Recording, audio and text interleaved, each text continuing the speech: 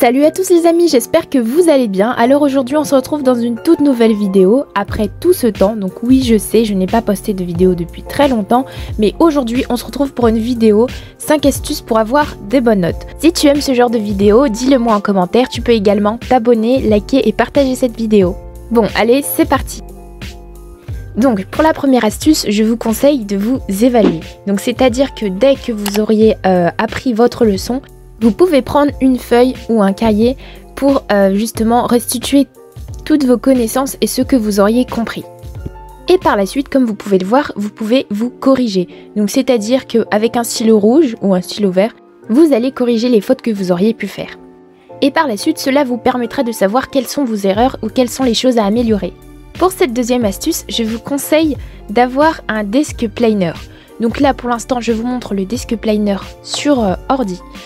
Après, je pense que vous connaissez déjà le principe, donc j'ai fait plusieurs vidéos là-dessus, donc je vous laisse regarder la petite playlist que j'ai fait juste en haut. Pour cette troisième astuce, je vous conseille de faire des cartes mentales. Donc pour tous ou pour ceux qui ne sont pas à l'aise avec les fiches de révision. Donc pour cela, je vais utiliser pour le titre un stylo feutre noir ou n'importe quel autre stylo. Alors là, vous allez écrire votre titre tout en haut de la feuille. Donc moi, j'ai pris une feuille blanche A4, comme ça ce sera mieux pour écrire justement toutes les informations.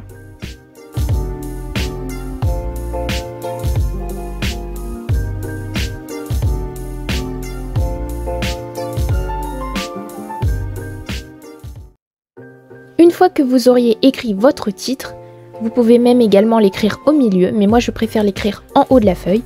Donc après avoir écrit votre titre, vous commencez par mettre justement, par exemple, l'auteur de ce que vous auriez lu.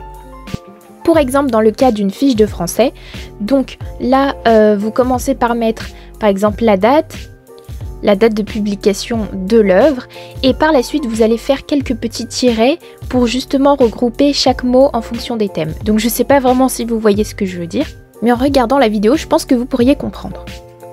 En ce qui concerne votre carte mentale, vous la faites comme vous le sentez, comme vous aimeriez qu'elle soit.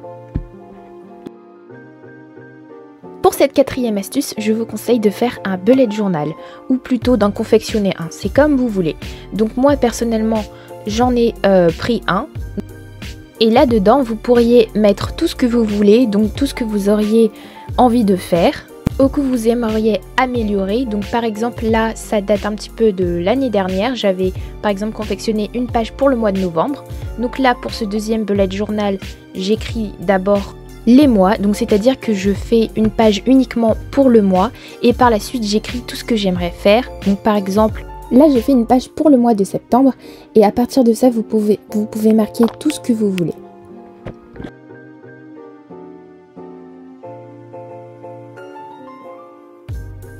Pour cette sixième astuce, je vous conseille également de vous procurer des petits manuels scolaires. Donc c'est-à-dire, ça peut être des petits manuels où il y a une compilation de fiches de révision pour ceux qui n'aiment pas vraiment en faire, ou justement déjà des schémas déjà faits. Et certains manuels comportent également des exercices et des sujets corrigés, ce qui est plutôt bien. Et donc cela va vous permettre de vous entraîner et d'être prêt justement pour vos contrôles. Pour cette avant-dernière astuce, comme toujours, je vous dirais toujours de faire des fiches. Donc là, comme vous pouvez le voir, j'ai vraiment toutes mes fiches depuis, je dirais, le collège. Mais en tout cas, je vous conseille d'en faire. Et enfin, pour cette toute dernière astuce, je vous conseille de gérer votre temps. Comme ça, vous pourriez faire des sessions de travail tout en vous reposant et de ne pas en faire trop, ce qui pourrait être démotivant. Eh bien les amis, cette vidéo est donc terminée, j'espère que vous l'avez aimée. Si c'est le cas, vous pouvez me le dire en commentaire et on se retrouve à bientôt.